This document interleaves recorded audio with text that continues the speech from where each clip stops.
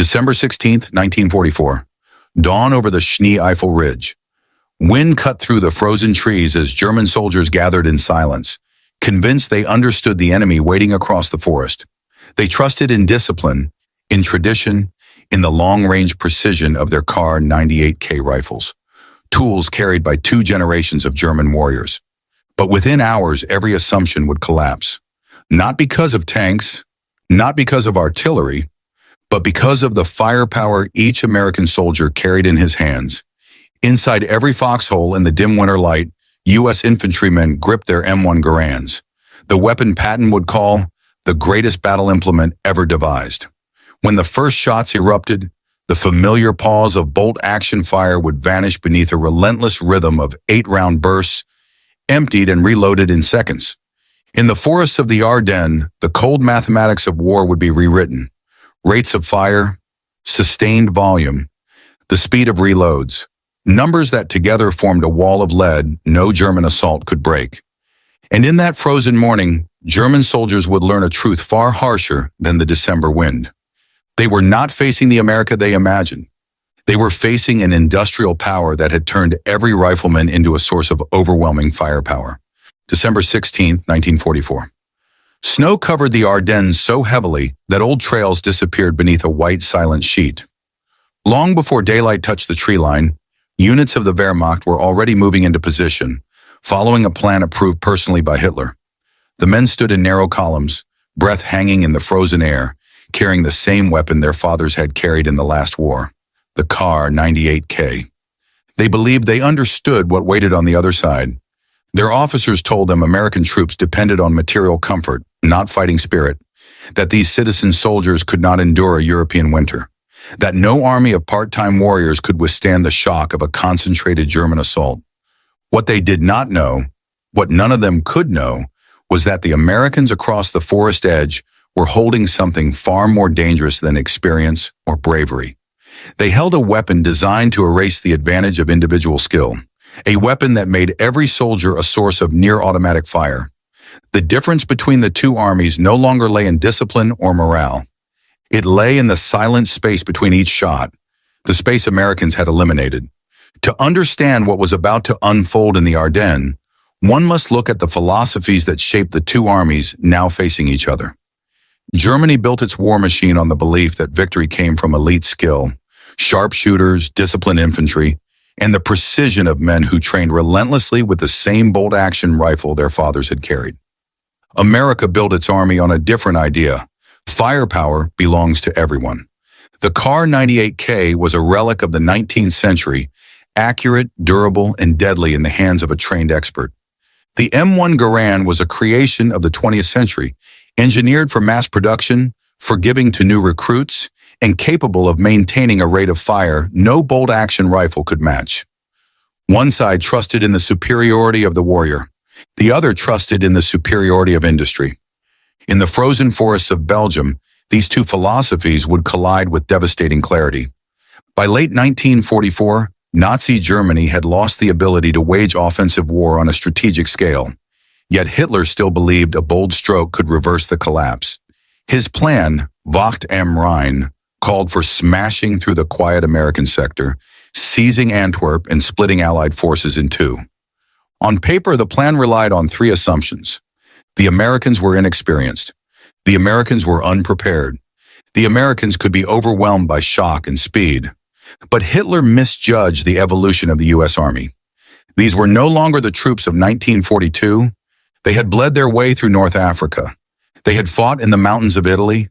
They had survived the bocage hedgerows of Normandy. And most importantly, they were all armed with a weapon Germany could never mass produce. A semi-automatic rifle issued not to an elite few, but to every infantryman. Hitler believed morale would decide the battle. He was wrong. Firepower would decide it instead. At 5:30, German artillery opened the attack, shattering the American front line in a blast of noise and snow. Infantry units surged forward, expecting to assault soldiers who would fire a few rounds, pause to work their bolts, and fall back under the sheer weight of a German advance. But what awaited them was unlike anything they had seen on the Eastern Front, in Italy, or even in Normandy. From the moment American riflemen spotted movement, the forest erupted into a pattern of fire unlike any bolt-action army could sustain. There were no pauses, no breaks in rhythm, only a continuous chain of shots delivered with precision and speed. Some German platoons reported they believed they were facing entire American battalions. Others thought multiple machine guns were firing from concealed positions. Only later would they learn the truth. They were hearing the sound of ordinary soldiers with M1 Garands. In the haze of snow and gun smoke, German assault groups faltered. Every attempt to close the distance was met with such dense fire that the advance slowed to a crawl. The pace of the offensive, critical to the plan, died in the first 24 hours. The Wehrmacht had expected a weak link. Instead, they found a wall of semi-automatic fire. To understand why the German attack began collapsing in small engagements, one must look at the numbers: weapon, practical rate of fire, reload time, total rounds per minute. Kar98k, approximately 15 aimed rounds per minute. Slow manual, approximately 15. M1 Garand, approximately 40 to 50 rounds per minute. 3 seconds, about 40 to 50. This meant a single American rifleman generated the firepower of 3 German riflemen.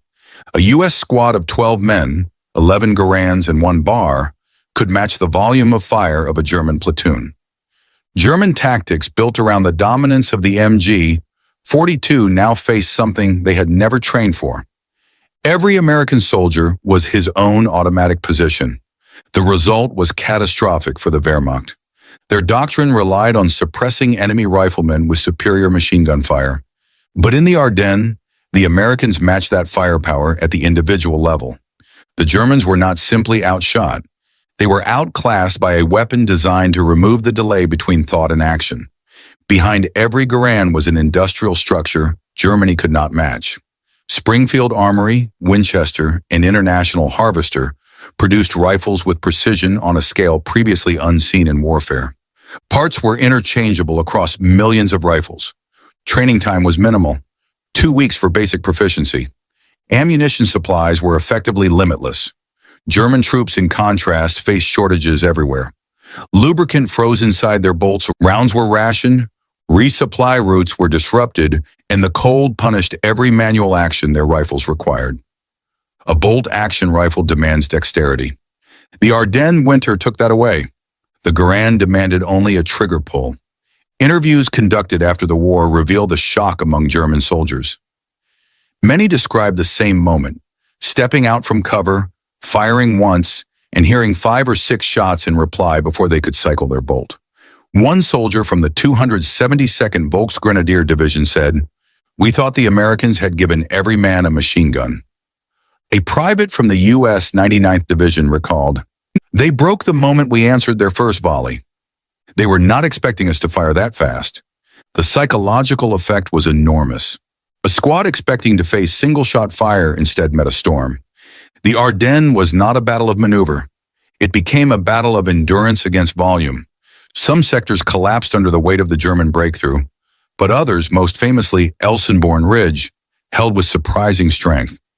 There, American infantry stalled the advance not with tanks or artillery, but with the combined fire of their rifles. Every attempt to push up the ridge dissolved under a solid curtain of semi-automatic fire. German battle diaries describe the same frustration. Every position fires like a machine gun nest. With the ridge held, the German timetable disintegrated. Fuel ran short. Panzer divisions slowed. Weather turned against them. Hitler's last gamble depended on speed. The M1 Garand took that speed away. By the end of the first week, something shifted in the minds of German infantrymen. The myth of American weakness evaporated in the snow. This was no longer 1942. This was an army rebuilt by experience and empowered by industry. The German belief in individual superiority shattered in front of something more reliable: mechanical consistency, produced by the millions. What the Wehrmacht confronted in the Ardennes was not merely an enemy soldier. It was the embodiment of a doctrine they could not match: firepower for every man, production without limit, a weapon that made skill less important than sustained lethality. The battle's outcome was already taking shape, not through grand maneuvers or armored thrusts, but through the repeated, relentless rhythm of thousands of trigger pulls in frozen foxholes. The Ardennes had become a test of two philosophies, and only one of them belonged to the future. Nearly 2 years before the Ardennes, German forces had already encountered a weapon that left them uneasy, the M1 Garand. It appeared in strength for the first time in North Africa, returned with greater numbers in Sicily and Italy, and finally confronted the Wehrmacht in full force on the beaches of Normandy. There, amid the surf and smoke, German troops discovered something unsettling. Rifle fire that did not pause, did not break, did not hesitate. What they heard was the rhythm they would later record in their own reports as fire without interruption. For the Americans, Normandy proved the Garand was more than equipment. It was an advantage that shaped survival itself. For the Germans, Normandy was a warning they dismissed too quickly. That warning returned in the Ardennes, multiplied, perfected, and wrapped in the brutal cold of December 1944.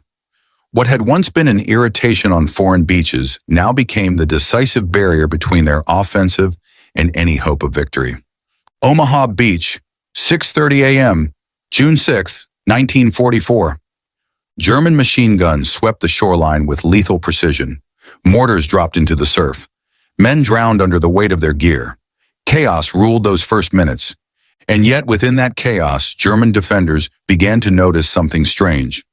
The cracks of American rifles did not sound like bolt actions. There was no rhythm of pull, pause, reload. Only a continuous exchange of rapid fire.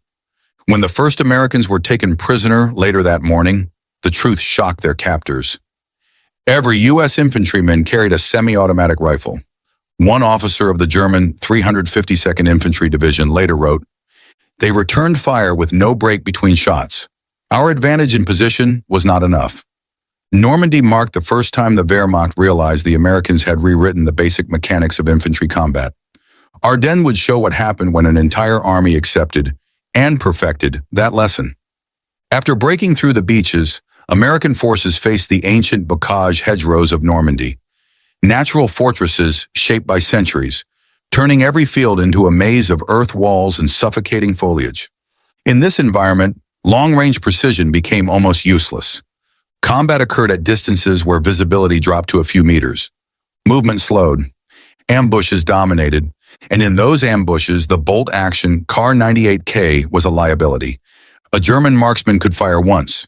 By the time he lifted the bolt to cycle the next round, an American rifleman could fire 3, 4, sometimes 5 shots. This difference destroyed the timing that German infantry relied upon. One captured German soldier admitted, "We hid behind the bocage waiting to shoot first, but when the Americans appeared, they fired so quickly we could not stay up long enough to aim again." American squads adopted new tactics almost overnight. Advance in teams of 3, one man suppresses with rapid fire, 2 move around the hedge, maintain uninterrupted pressure. The first 3 seconds of contact determined who lived, and in those 3 seconds, the M1 Garand dominated absolutely. December 17, 1944. German assault units attempted to seize the high ground at Elsenborn Ridge, a position crucial to the success of the Ardennes offensive. If they broke through, armored columns could push toward the Meuse. If they failed, the entire timetable collapsed. They failed, not because the Americans had more men, not because they had more artillery, but because every attempt to advance was shredded by sustained semi-automatic fire.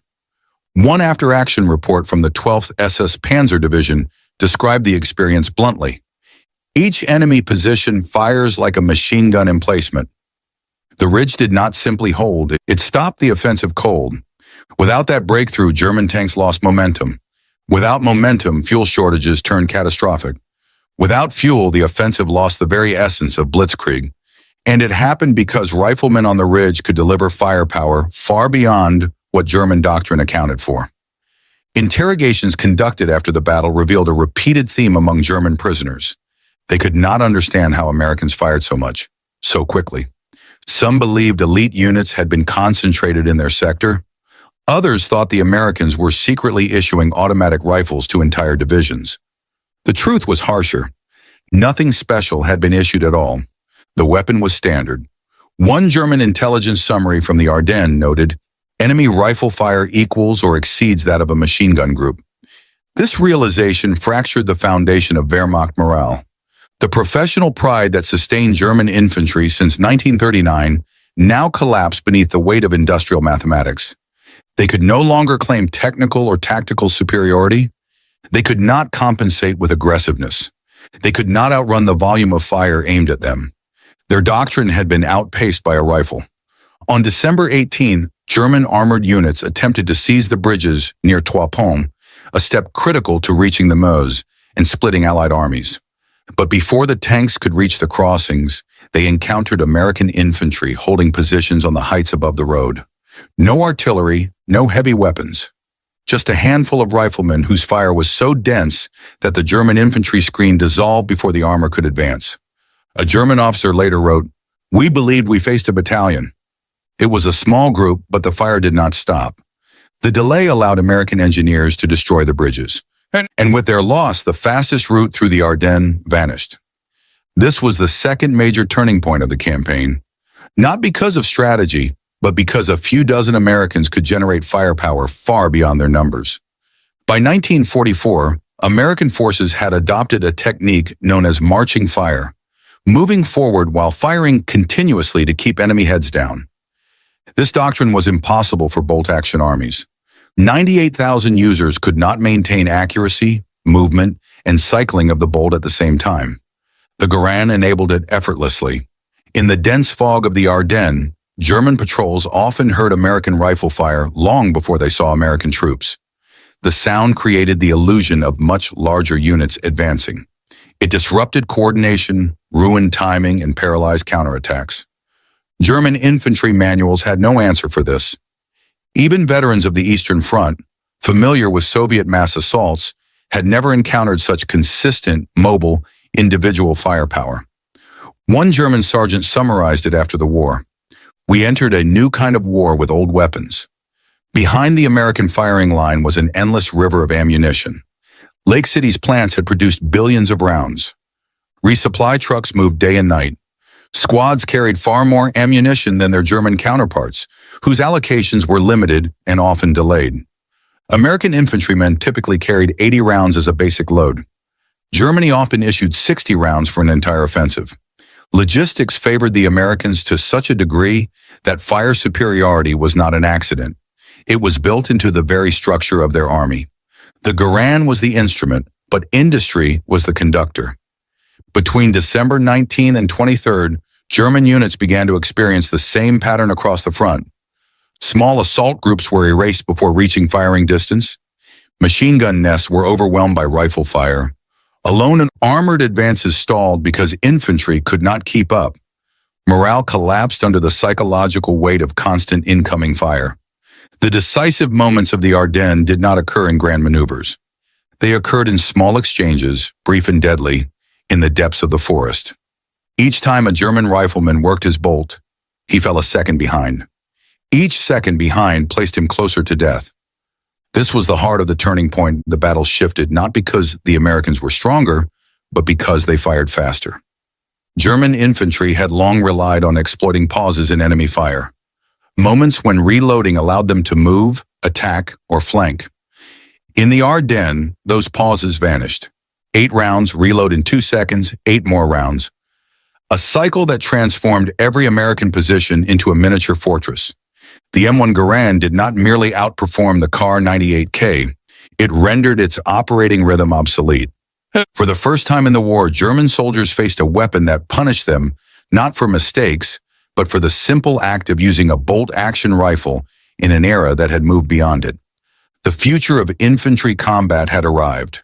It stood in the frozen forests of Belgium, held in the hands of ordinary American soldiers. And for the Wehrmacht, the turning point had already passed. By late December 1944, German maps still showed arrows pressing westward. But those neat lines concealed a far harsher truth on the ground. The men conducting the assault no longer believed in it.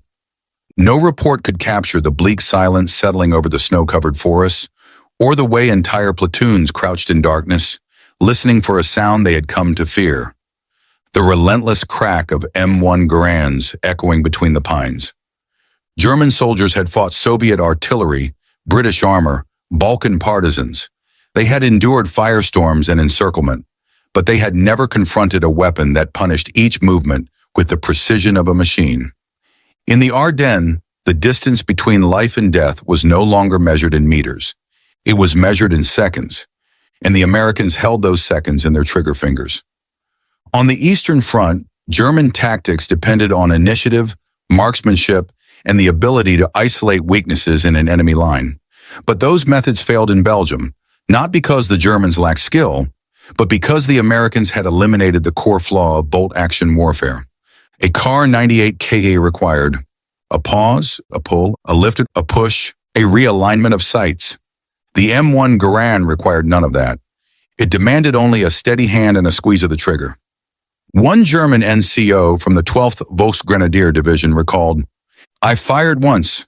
Before I could work the bolt, 5 or 6 shots came back at me. None of us understood it. It was not simply rate of fire. It was the inability to compete with a weapon that removed all downtime between shots. In the chilling fog of the Ardennes, that difference meant the collapse of assault groups that had once been the backbone of German infantry doctrine. As temperatures dropped below freezing, German rifles stiffened, oil thickened, bolts dragged, fingers numbed beneath heavy gloves. Every action required effort. Meanwhile, the Garand fired smoothly, reloaded quickly, demanded minimal manipulation. U.S. Army medical records later noted that American riflemen suffered fewer frostbite injuries, partly because they spent less time handling cold metal or exposing their fingers to cycle a bolt. In the killing fields of winter, even biology favored the semi-automatic rifle. The twin villages of Krinkel-Rocherath became one of the most brutal infantry arenas of the entire Ardennes campaign. Narrow streets, houses buried in snow, and sight lines reduced to mere meters created a battlefield where sheer volume of fire determined survival. A German assault company attempted to force a crossing near the main intersection. They believed they were engaging a reinforced American battalion. In reality, 12 Americans held the position, 11 Garands, 1 BAR. For hours, German soldiers were pinned down by what sounded like multiple machine gun nests. Every attempt to advance ended in the same way, a sudden burst of Garand fire that cut men down before they could reach the next door or hedge. A German junior officer later wrote, "We could not find their numbers, we only found their fire." In these icy streets, the Garand transformed a handful of defenders into a force that seemed far larger, far stronger, and far more entrenched than the truth.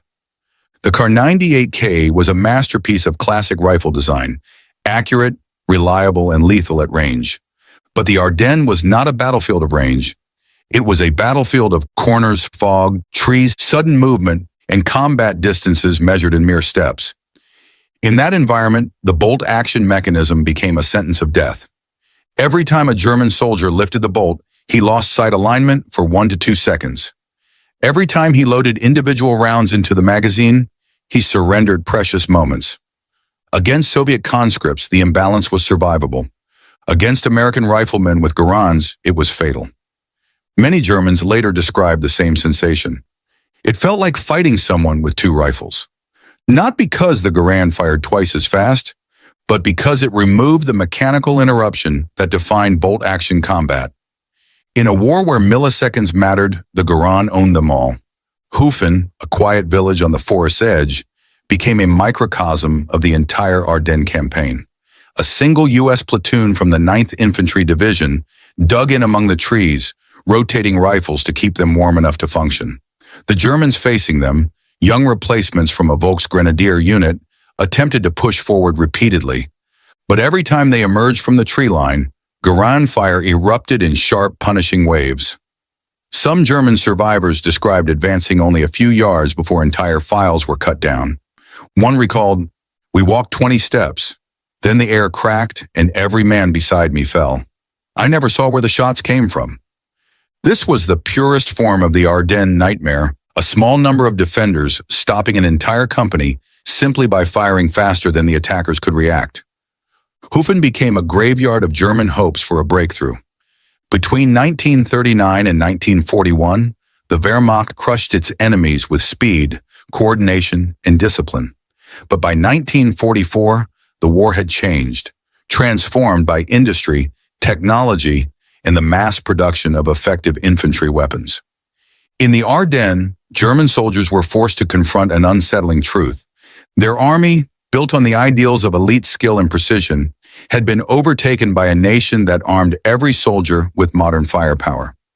A German officer later reflected, "We fought with the same strength as before, but the enemy had changed. They had more fire, and they never seemed to tire." The battlefield no longer rewarded the warrior who shot best. It rewarded the army whose rifles fired fastest. And Germany did not possess that army anymore. By December 22nd, the German advance had slowed to a crawl. Each hour lost was catastrophic for a plan that depended on rapid breakthroughs and surprise. But the reason for the slowdown was not terrain or weather. It was simple. No German infantry unit could close with American defenders before being torn apart by semi-automatic rifle fire. Every delay rippled across the front. Failed assaults, stalled support units arrow, armored columns without infantry protection arrow, loss of momentum arrow, collapse of the offensive timetable arrow, end of any hope for success. The Ardennes offensive died not in a single moment, but in thousands of tiny engagements where German momentum bled away under the weight of American rifle fire. The Garand did not need to win the war alone. It only needed to slow the Germans long enough for the offensive to fail, and it did so relentlessly.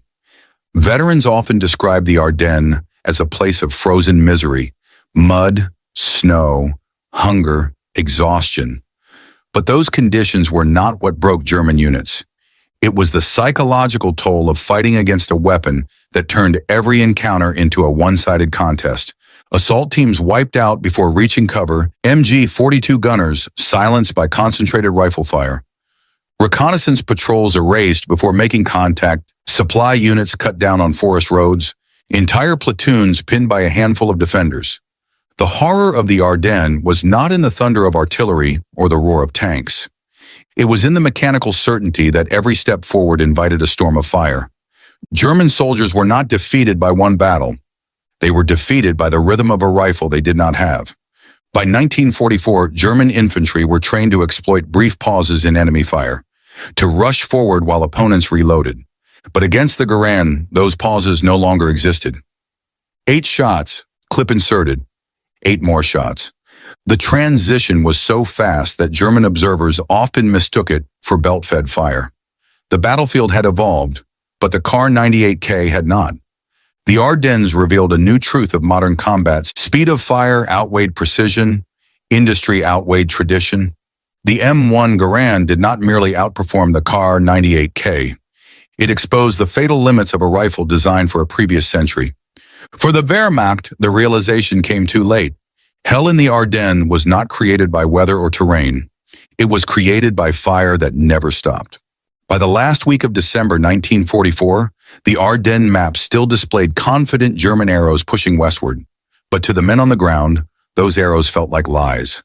The troops who once marched with pride now advanced slowly, cautiously, and often unwillingly. Every step meant entering terrain where the enemy always fired first and always fired more. German assault groups, once the spearhead of Blitzkrieg, began to break apart in skirmishes that lasted only minutes. Units that expected to overwhelm American lines discovered that American firepower erased the advantage of numbers. Even with favorable terrain, veteran NCOs, and years of experience, they could not seize ground at a pace required by Hitler's plan. The problem was not courage, it was not discipline, it was not morale. It was the simple fact that the Americans could deliver more fire in less time, and every attempt to close the distance bled German strength away. Bastogne stood at the center of the Ardennes like a knot in a rope. If the Germans could seize it, supply lines would collapse, and the offensive could regain its momentum. Surrounded, outnumbered, and nearly frozen, the men of the 101st Airborne and supporting units dug themselves into the hills and woods. What happened next rewrote expectations on both sides. German commanders believed that hunger, encirclement, and artillery would weaken the Americans. But the defenders had something else: the ability to repel every close assault with ferocious, sustained rifle fire. Reports from German officers described the same problem again and again. Assault groups dissolved before reaching effective range.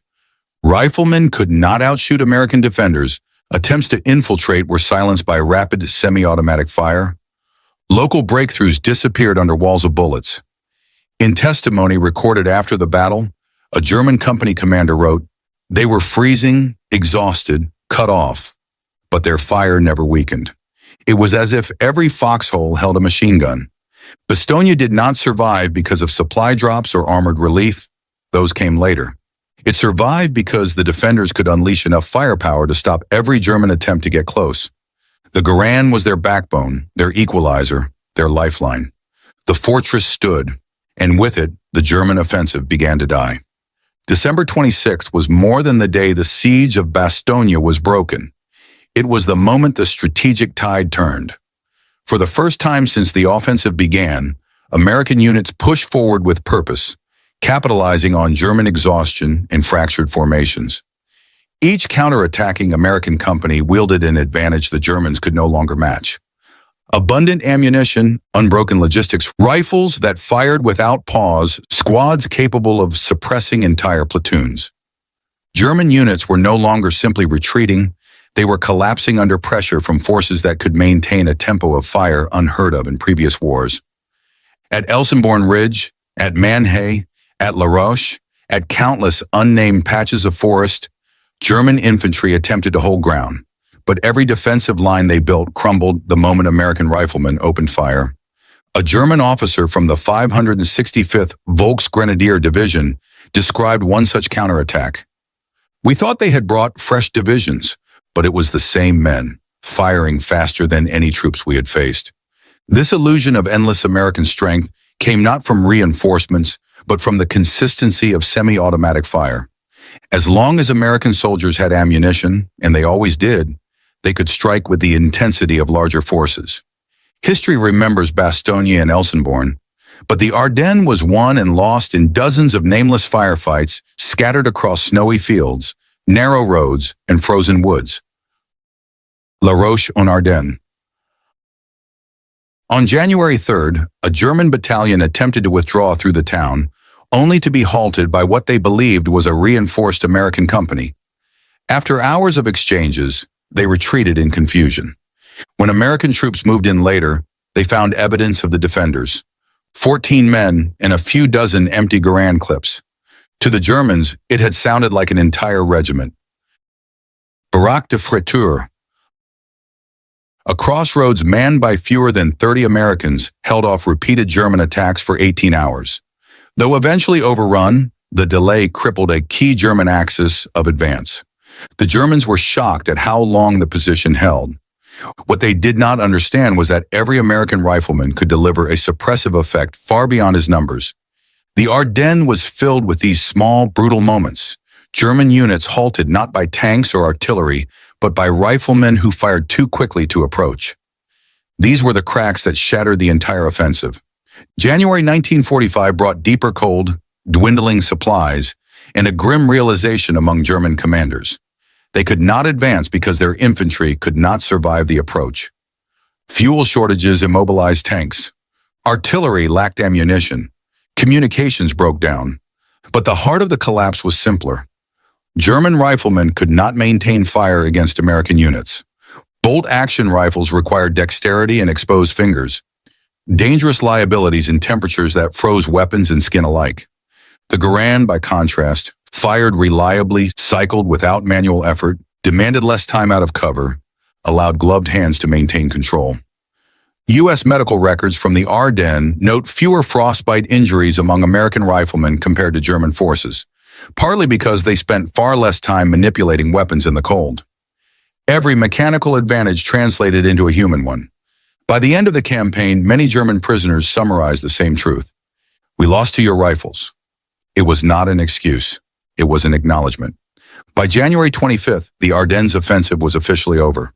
The grand plan to split the Allies had failed, not because American strategy was flawless, but because German assumptions about infantry combat were outdated. For 6 years, the Wehrmacht relied on elite training, aggressive doctrine, precise marksmanship, concentrated machine gun teams. But the Americans had changed the rules. They had turned ordinary soldiers into sources of extraordinary firepower. The Garand became a symbol of the collapse of German expectations. It demonstrated that mass production could outperform craftsmanship, quantity could enhance quality, standardized equipment could defeat specialized skill. One German general years later remarked, "If every German soldier had carried such a rifle, the war might have gone differently." It was not a statement of regret. It was a recognition of technological truth. When snow melted and the Ardennes thawed, recovery teams found fields littered with Garand clips, empty brass, shattered weapons, and frozen bodies. The battlefield was testimony not simply to courage, but to the consequence of industrial advantage. The M1 Garand did not win the war alone, but it proved a principle that defined modern conflict of firepower must be universal. Its legacy reshaped everything that followed. It changed American training. No longer built around elite marksmen, now built around rapid, sustained squad fire. It changed global doctrine. No army after 1945 returned to bolt-action rifles as standard service weapons. It changed strategic thinking. Victory belonged not to the side with the most experienced soldiers, but to the one that equipped every soldier with modern, effective tools. And it changed Germany. When West Germany rebuilt its military, the first thing it abandoned was the bolt-action standard. The lesson of the Ardennes had been learned at a terrible cost. The Ardennes was not a heroic triumph of strategy or a dramatic clash of armor. It was a battle decided by the rhythm of thousands of trigger pulls echoing through a frozen forest. It proved that industrial strength could defeat battlefield experience, sustained fire could defeat elite skill, and numbers could defeat precision. The M1 Garand did not just outperform the Kar98k, it rendered its philosophy obsolete. In the final days of the offensive, the Germans realized they were not fighting just the U.S. Army. They were fighting an entire industrial system condensed into a rifle. A rifle that never paused, a rifle that never hesitated, a rifle that gave each American soldier the firepower of several men. The Ardennes was the end of Germany's last gamble, and the M1 Garand was the instrument that made that ending inevitable.